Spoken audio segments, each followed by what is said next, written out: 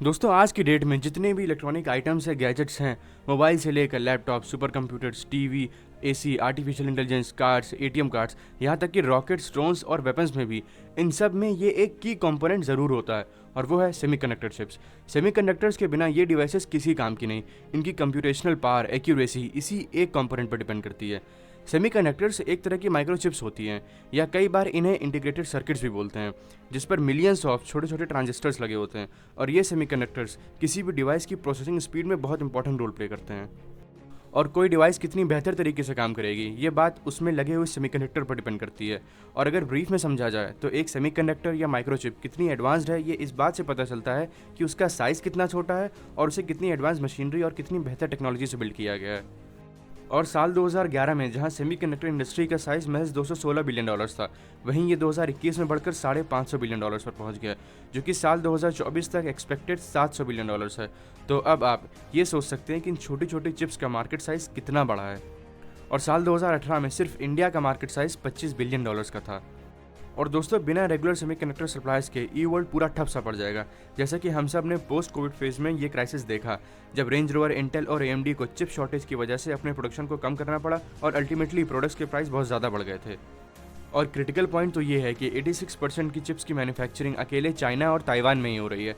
China में 23% और Taiwan में 63%, जिसमें से ताइवान की आधी से ज़्यादा मैन्युफैक्चरिंग अकेले एक ही कंपनी करती है और वो है टीएसएमसी यानी Taiwan semiconductor manufacturing company. Apple, Nvidia और इंटेल की 95% से ज़्यादा चिप्स टीएसएमसी ही बनाती है। और वेपन सिस्टम्स, आर्टिफिशियल इंटेलिजेंस और सुपर कंप्यूटर्स में यूज़ होने की वजह से जिस कंट्री की कंपनीज़ का सेमीकंडक्टर्स पर कंट्रोल होगा, जियोपॉलिटिक्स में वही कंट्री स्ट्रांग पोजीशन होल्ड कर पाएगी। और शायद इसीलिए जो बाइडेन ने अमेरिकन कंपनीज पर चाइना को सेमीकंडक्टर टेक्नोलॉजी एक्सपोर्ट करने पर बैन लगा दिया। और क्योंकि चाइना अपने से सिर्फ मैन्युफैक्चरिंग कर सकता है और टेक्नोलॉजी के लिए वो मेनली यूएस पर डिपेंडेंट रहता है, तो इससे चाइना का आगे काफ़ी नुकसान होने वाला है। और चाइना एग्जिस्टिंग पुरानी टेक्नोलॉजी से ज़्यादा दिन तक सेमीकंडक्टर्स नहीं बना सकता, क्योंकि सेमीकंडक्टर इंडस्ट्री इतनी तेज़ी से इवॉल्व हो रही है कि हर 4-5 साल में पूरी की पूरी टेक्नोलॉजी अपडेट करनी पड़ जाती है।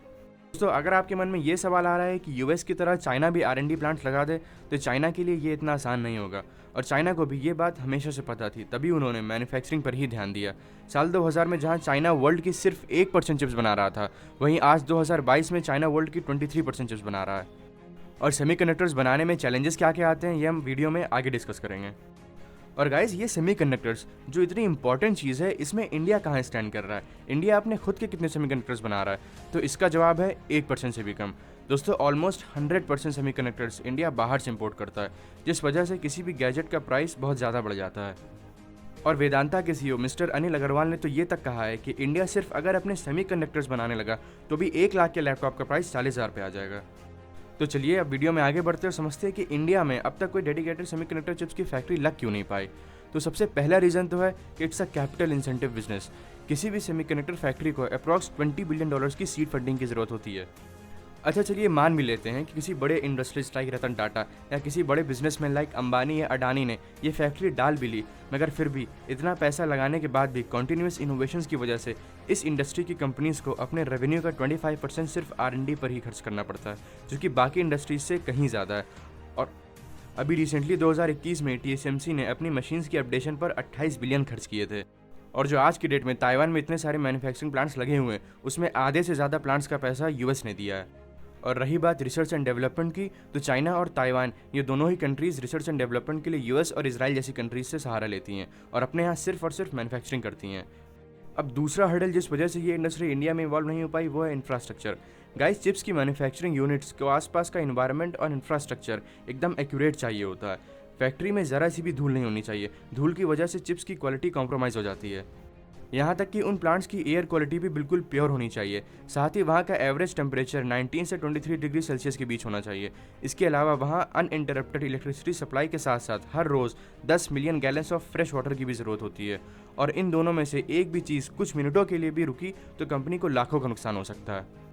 अब तीसरा रीज़न है स्किल्ड लेबर। दोस्तों सेमीकंडक्टर मैन्युफैक्चरिंग में एकदम एक्सक्लूसिवली टैलेंटेड लेबर्स की ज़रूरत होती है, जो कि इंडिया में ना के बराबर है। और जो गिने चुने लेबर्स इंडिया में हैं भी, उसमें से 30% लेबर्स ज़्यादा सैलरी के लिए अमेरिका शिफ्ट हो जाते हैं। और हैंड्स डाउन चाइना और ताइवान स्किल्ड लेबर्स के मामले में इंडिया से काफ़ी बेहतर हैं। और स्किल्ड लेबर नर्चर करना कोई 1-2 साल का काम नहीं। चाइना और ताइवान ये काम 1980s के आसपास से कर रहे हैं। हालांकि इस लेबर क्राइसिस को काउंटर करने के लिए इंडिया ने प्रधानमंत्री कौशल विकास योजना जैसे और स्किल इंडिया जैसे कई इनिशिएटिव्स लिए हैं, बट स्टिल इसके रिजल्ट्स मिनिमम 5 से 10 साल बाद ही दिखेंगे। अच्छा गाइस, लेट्स से कि किसी रईस बिजनेसमैन या इंडस्ट्रियलिस्ट ने आपस में मिलजुल कर जैसे तैसे इन सारी प्रॉब्लम्स को सॉल्व करके एक मैन्युफैक्चरिंग प्लांट लगा भी दिया, तो भी रॉ मटेरियल जिनसे ये चिप्स बनती हैं, एग्जांपल सिलिका और जर्मेनियम, ये बाहर से ही इंपोर्ट करना पड़ेगा क्योंकि ये इंडिया में नहीं मिलता, और ये सब बिना प्रॉपर गवर्नमेंट सपोर्ट और फेवरेबल जियोपॉलिटिक्स के बिना मुमकिन नहीं। और इन सब चैलेंजेस के अलावा भी इंडियन फैक्ट्रीज को हमेशा वर्ल्ड क्लास चिप्स बनानी पड़ेंगी। एक नॉर्मल फ़ोन में 5 नैनोमीटर के चिप्स यूज़ होते हैं, और इंडिया में आज की डेट में जो चिप्स बन भी रहे हैं वो 18 से 20 नैनोमीटर के बीच के बन रहे हैं। और ये बहुत अंडरस्टूड सी बात है कि अगर कोई नई कंपनी बाकी कंपनी जैसे TSMC आज की डेट में 3 नैनोमीटर की चिप्स बना रहा है, उनके लेवल की सेमीकंडक्टर चिप्स नहीं बनाएगी, तो उस पर्टिकुलर कंपनी की चिप्स कोई कंज्यूमर इलेक्ट्रॉनिक कंपनी क्यों ही खरीदेगी। तो ये सारी तो थी प्रॉब्लम्स जिस वजह से इंडिया सेमीकंडक्टर मैन्युफैक्चरिंग में ऑलमोस्ट ज़ीरो पर है, बट थैंकफुली थोड़ा लेट ही सही, मगर गवर्नमेंट ऑफ इंडिया ने आज की डेट में इस इंडस्ट्री को एक्नॉलेज कर लिया है और काफ़ी इंपॉर्टेंट इनिशिएटिव्स भी लिए हैं। इस इंडस्ट्री को बढ़ावा देने के लिए सबसे पहले तो गवर्नमेंट ने चाइनीज़ कंपनी के अलावा अगर बाकी कोई कंपनी इंडिया में अपना मैन्युफैक्चरिंग प्लांट लगाती है तो उसकी 50% सेटअप कॉस्ट गवर्नमेंट खुद बियर करेगी। उस 50% में से 50% यानी 25% सेंट्रल गवर्नमेंट देगी और बाकी 25% स्टेट या यूटी गवर्नमेंट। साथ ही PLI स्कीम के तहत गवर्नमेंट ने इस सेक्टर को साल 2024 तक 80,000 करोड़ के इंसेंटिव्स अलग से देने का डिसीजन लिया है। इसके अलावा इंडिया अपने इंफ्रास्ट्रक्चर पर भी अच्छा काम कर रहा है। साल 2022 जून में इंडिया ने हाईवेज रिकॉर्ड स्पीड में बनाए, जो कि Guinness book of world records में भी शामिल है। और आज के डेट में इंडिया के रिगार्डिंग एक चीज़ तो पक्का कही जा सकती है कि इंडिया की अगर किसी फैक्ट्री में कोई चीज़ बनती है तो ट्रांसपोर्ट उतना बड़ा इशू अब नहीं रहा। इसी बीच साल भर से चल रहा गुजरात गवर्नमेंट और महाराष्ट्र गवर्नमेंट के बीच कोल्ड वॉर कि वेदांता फॉक्सकॉन अपना 1,60,000 करोड़ का जॉइंट वेंचर प्लांट इन दोनों में से कौन से स्टेट में लगाएंगे, वो प्लांट अब फाइनली गुजरात में लगेगा।